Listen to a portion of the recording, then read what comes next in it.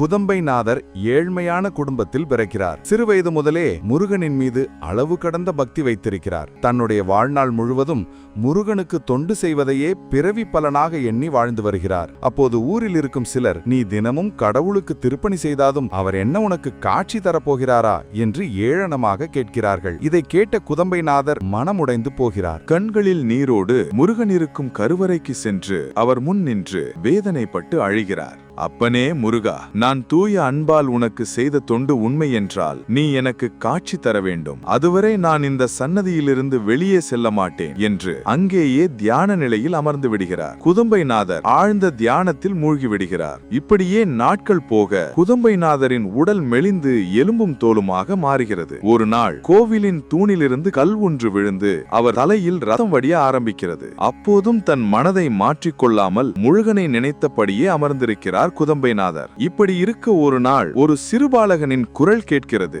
மகனே, எழுந்து வா என்று அந்த சிறுவன் அழைக்க, அதற்கு குதம்பைநாதர், என் அப்பன் முருகன் வந்தால் மட்டுமே எழுந்து வருவேன் என்று கூறுகிறார். அதற்கு அந்த பாலகன் கூறுகிறான், வந்திருப்பதே உனது அப்பன் வான் என்கிறான். குதம்பைநாதர் கண்களை திறக்க முருகப்பெருமான் தன் தெய்வீக கோலத்தில் காட்சியளிக்கிறார். குதம்பைநாதரின் பக்திக்கு முருகப்பெருமான் முழுமையாக காட்சியளித்து ஆசீர்வதிக்கிறார். குதம்பைநாதர் ஆனந்த கண்ணீருடன் முருகனின் பாதங்களில் விழுந்து வணங்குகிறார்.